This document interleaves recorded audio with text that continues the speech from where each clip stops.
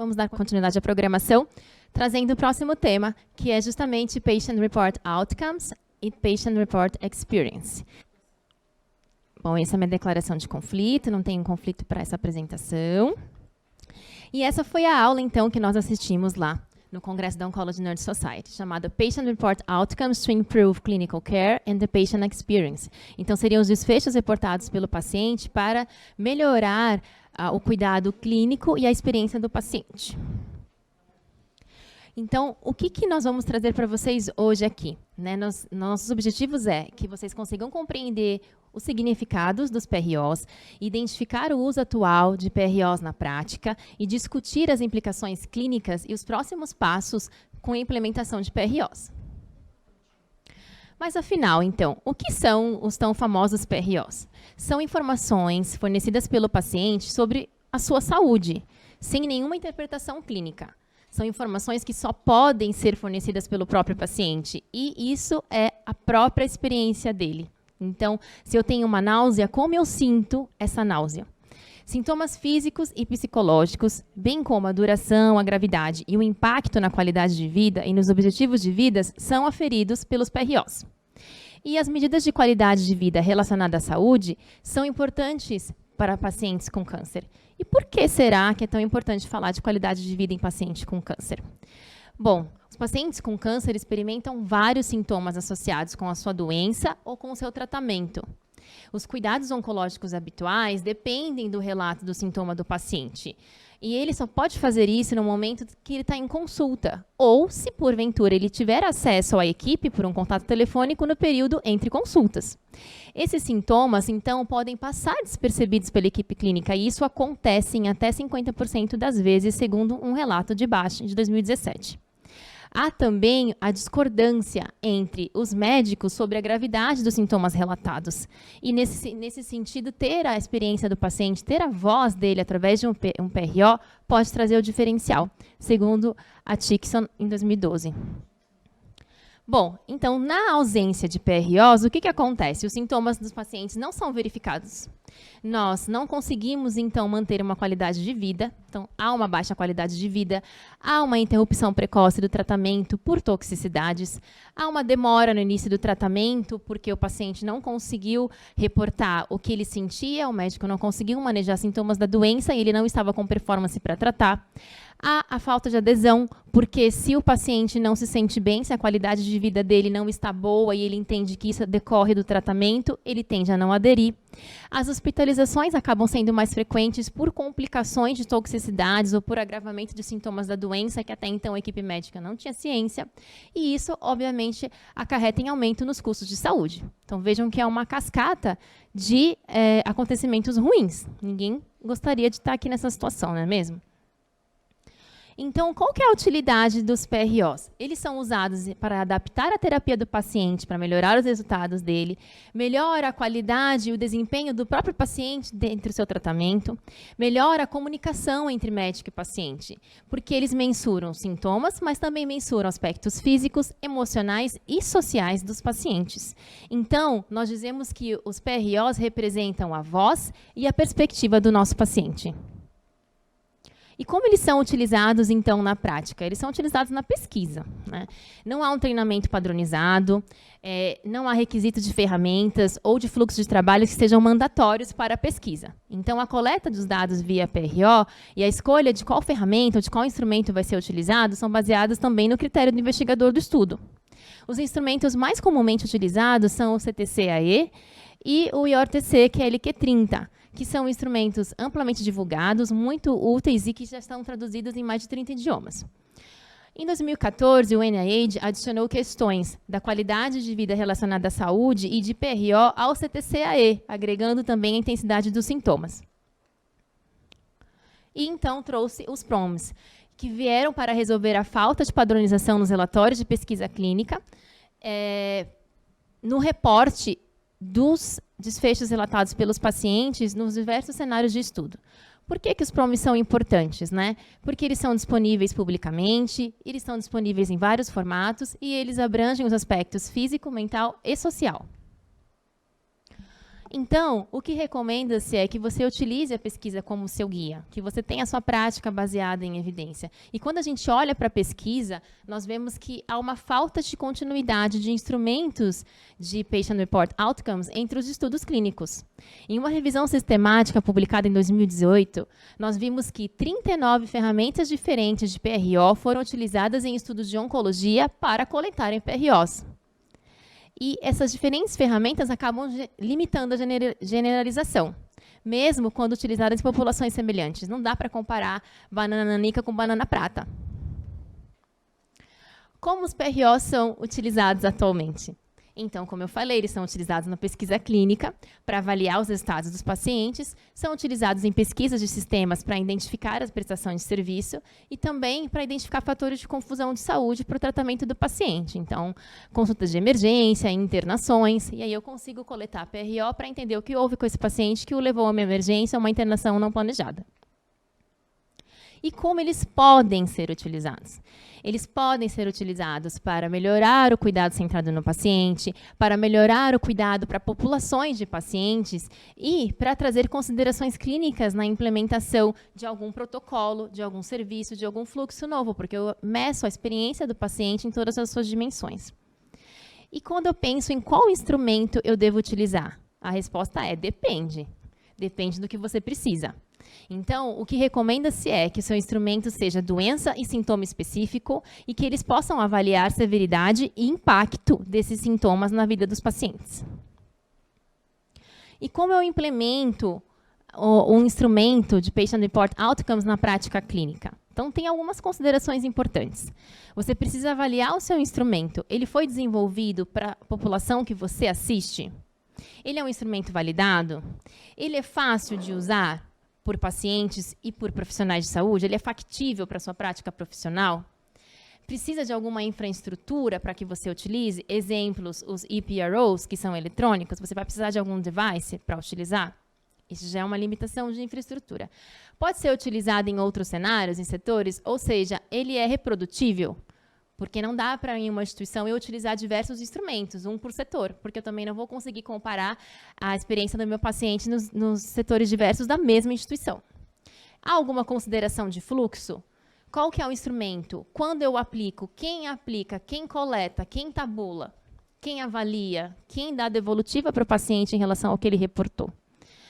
E também tem limitações. A tecnologia é a campeã delas, todos nós sabemos, né? Então, comparação de coleta de PRO por papel, coleta eletrônica, a integração dos PROs no sistema de prontuário eletrônico, a própria escolha do instrumento apropriado, talvez a gente não encontre, se for seguir todas as diretrizes para melhor escolha de instrumento, e porque, em alguns momentos, há resistência da equipe, sim.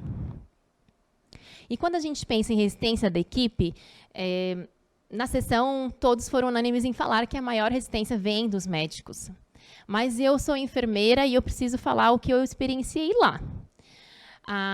No congresso da ONS, tem algumas sessões que eles falam que acontecem no Learning Hall, que é o hall do aprendizado, que nada mais é do que o centro de exposições dos patrocinadores, e a própria ONS tem um stand lá. E ela tem um stand que faz uma mini sala de reuniões e algumas discussões acontecem ali.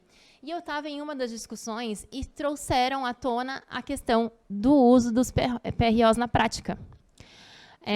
E várias enfermeiras levantaram a mão para dizer que não conseguiam entender muito bem a utilidade, que elas tentavam implementar, mas que elas mesmas não conseguiam aderir ao novo processo e que elas tinham problemas porque o paciente não entendia a linguagem, preenchia incorretamente e elas não poderiam mudar, porque é um Patient Report Outcome. Eu, como profissional de saúde, não posso alterar o que o próprio paciente respondeu. Então, fica aqui também que tem resistência da equipe multi, não é só dos médicos, né? Apesar de que a gente sabe que existe uma crença dos médicos de que os dados do PRO são redundantes e que eles já são coletados durante um exame clínico abrangente, realizado por um médico. Porém, na perspectiva do médico, a gente percebe que eles tendem a priorizar os sintomas que têm relevância para os seus resultados clínicos, em detrimento dos pacientes que tendem a priorizar os sintomas que têm maior impacto no seu estado de saúde diário. Então, o melhor seria unir o útil ao agradável, vocês não acham? Então, mas é isso mesmo. Então, qual que é o efeito do PRO na prática. O uso do PRO e dos dados relatados pelo médico melhora o valor preditivo desse sintoma versus o relatório do médico sozinho. Então, o ideal realmente é ter os dois. A experiência do paciente é importante em relação à sobrevida global. Não adianta o paciente viver mais, eu preciso saber como ele vive essa vida a mais. Infelizmente, eles reportaram que o reembolso da aplicação de PROs é limitado pelo tempo e custos adicionais para incorporar um monitoramento de PROs. E aí eu pergunto, como seria isso na nossa realidade? Primeiro, nós temos PRO na prática clínica? Segundo, como obter reembolso das operadoras de saúde, ou mesmo no sistema privado, pensando na infraestrutura, nos recursos, no investimento que eu precisaria para implementar a coleta de PRO na prática clínica? Então, nós também vimos algumas dicas para a implementação de PRO. E eles trazem muito essa nomenclatura de gestão de projetos, né? Então, seja um champion, que seria mais ou menos para nós, seja uma referência, né? Então, ter uma pessoa referência para os PROs é essencial. Uma pessoa que seja o líder daquilo, que entenda. Uma pessoa que seja motivada para fazer o PRO acontecer, a coleta de PRO acontecer. Saiba como implementar as suas ferramentas. Os instrumentos, eles só funcionam se eles forem utilizados. E se vocês souberem utilizar. Procure usar medidas que sejam validadas, conheça quais são os seus recursos disponíveis nessa implementação de PRO, e é necessário que os membros da sua equipe tenham acesso e realizem intervenções para manejar os sintomas relacionados à doença e ao tratamento, porque também não adianta eu coletar PRO se ele não me gera nenhuma intervenção na prática. Se o paciente me reporta que ele não está bem, eu não faço nada, não serve de utilidade. Ou se ele responde os questionários, eu nem checo as respostas. E qual seria, então, o melhor instrumento? Aquele que for abrangente, pragmático, acessível. E nós vemos que muitas das pesquisas são projetadas para avaliar os sintomas e o impacto apenas nos últimos dias, e nos últimos 7 dias. E nem sempre o paciente vai ficar longe da equipe de saúde da sua instituição somente por 7 dias. Normalmente, ele é aplicado nas visitas clínicas. O relatório diário de sintomas fornece informações em tempo real sobre os sintomas entre as visitas à clínica. Então, é muito mais fidedigno e mostra muito melhor como o paciente se sente, as implicações que isso tem na vida dele, se coletado diariamente. Pensando nessa perspectiva, há sim muito trabalho a ser realizado. Então, nós precisamos do desenvolvimento de ferramentas diárias de sintomas que sejam acessíveis tanto para pacientes quanto para a equipe de saúde, que possam ser incorporados ao sistema de prontuário eletrônico do paciente, que possam, então, uma vez incorporados, servirem como base para um suporte integrado à decisão. Então, se eu estou na dúvida entre adiar um ciclo, entre aumentar uma dose, e eu vejo os reportes do paciente, do como ele se sente, isso pode me ajudar. Se o paciente está super bem, mas no domínio dele emocional, ele se sente triste, sozinho, ele refere que quer ter mais tempo com a sua família e se desloca demais para o hospital, e eu posso dar um intervalo, né, dentro do quadro clínico dele, por que não dá? Então, essas respostas fornecidas pelo paciente ajudam, sim, a equipe a tomar decisão que leve em consideração as vontades, né, as crenças, os valores, os reportes desse paciente. E é necessário também que a gente tenha em conta os recursos humanos necessários, né, a gente chama de headcount, adequado para absorver a carga de trabalho que a implementação da coleta de PROs traz. Não só a coleta, mas também o monitoramento. E aí, para ilustrar isso para vocês, eu trouxe um caso clínico que a palestrante apresentou. Eu trouxe os próprios slides dela original, eu vou ler para vocês em português. Então, ela trouxe um caso fictício da Sally, que tem 69 anos, uma mulher que veio para passar em consulta, ela tem um diagnóstico de câncer de bexiga, recebendo um tratamento neoadjuvante prévio à cirurgia da cistectomia. Ela recebeu um dos 4 ciclos planejados do protocolo de DDM-VAC e o nosso plano é seguir para o ciclo 2 como programado. Então, ela recebe um inventório de sintomas do FACT-G para responder quando ela chega na instituição. E esse relatório pergunta para ela como ela se sentiu nos últimos 7 dias. Ela reporta mais uma vez uma náusea leve, porém sem vômito, nos últimos 7 dias, que de alguma forma incomodou um pouco a vida dela. Entretanto, quando ela foi responder as questões que avaliavam o bem-estar emocional, ela respondeu que ela está muito preocupada sobre a possibilidade da doença dela piorar. Ela se sente muito triste e está muito preocupada em morrer. Então, esses resultados foram levados para a enfermeira oncologista dela, que depois de revisar todas as informações, discutiu os resultados e o caso dela com a enfermeira de prática avançada, e elas optaram por chamar um assistente social para fazer uma entrevista com esse paciente. Essa paciente, então, foi provida com aconselhamento e recebeu acesso aos recursos que ela manifestou ter necessidade. E agora ela está pronta para prosseguir para o ciclo 2 da quimioterapia programada. Pensando num futuro, dentro das limitações, das dicas de implementação, das resistências e tudo mais, o caso evoluiu para um cenário ideal. Então, a Celi, ela usa um sistema, um aplicativo automatizado no smartphone dela para reportar os sintomas dela, que tem interferência com a vida dela diariamente. E no dia mais 4 do ciclo dela, ela reportou uma náusea moderada, porém sem vômito, e uma dor de cabeça que a manteve de cama, além de uma dor óssea moderada. O sistema era programado para que todo sintoma, moderado a severo, automaticamente disparasse um alerta para a equipe de saúde da Celi. Então, de posse dessas informações, a equipe de saúde, né, no mesmo time, no momento oportuno, quando ocorreu o reporte, recebeu esse alerta. A enfermeira de prática avançadas ligou para a paciente, discutiu com ela os seus sintomas, fez o aconselhamento para o manejo da dor e da náusea e avaliou se ela estava recebendo, se alimentando adequadamente bem.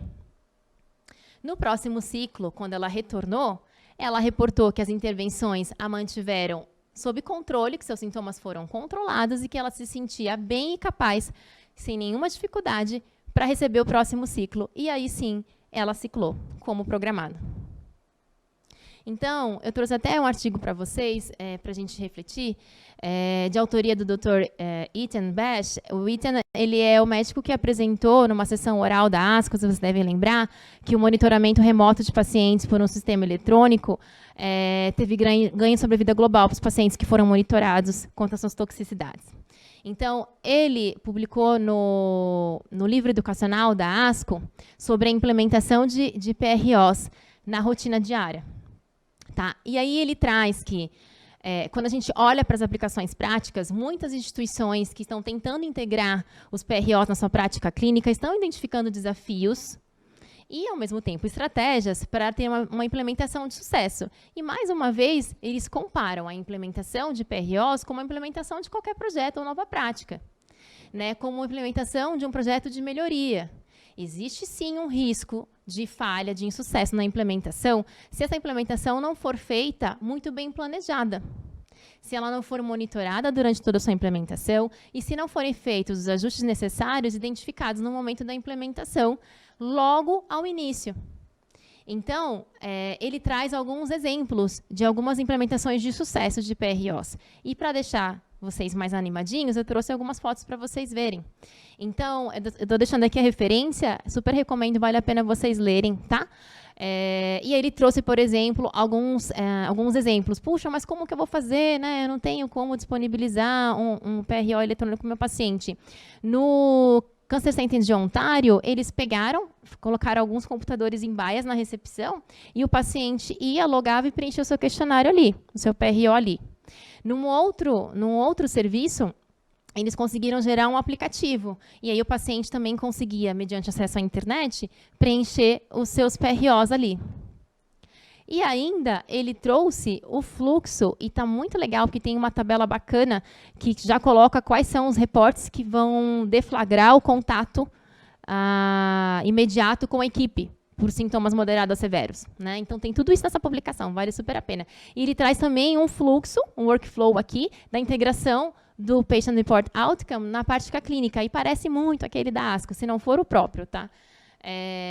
que tem o paciente, que tem um sistema eletrônico de reporte de desfechos do paciente, tem a central de monitoramento, programados alertas, e-mails e uma análise de indicadores. E os profissionais responsáveis por trás seriam o enfermeiro e o oncologista. Então, o paciente entra naquela jornada, já são programados todos os PROs que ele precisa responder e quais são os momentos em que ele tem que responder. Ele recebe um alerta, ele responde, a depender do que ele responde, volta essa informação para a enfermeira, que discute internamente, que aciona o oncologista, que entra em contato com o paciente para manejo de sintomas ou manejo da terapia. Então, como conclusão que eu queria deixar para vocês a integração dos PROs na prática clínica pode sim melhorar os resultados dos pacientes. Então, é importante que nós nos tornemos um champion, que nós nos tornemos uma referência para essa implementação. Como? Buscando prática baseada em evidência, então consumindo literatura e buscando trocar experiências com pessoas que já estão fazendo, que estão implementando, trocando as boas práticas, trocando as dificuldades, aprendendo com os desafios que já foram vivenciados por outros profissionais. E assim, seja um defensor. Isso é super importante, defender aquilo que a gente quer fazer. E dessa forma incorporar então a voz do paciente na rotina dos nossos cuidados oncológicos. Essas são as referências. Tem bastante. E é isso, gente. Muito obrigada.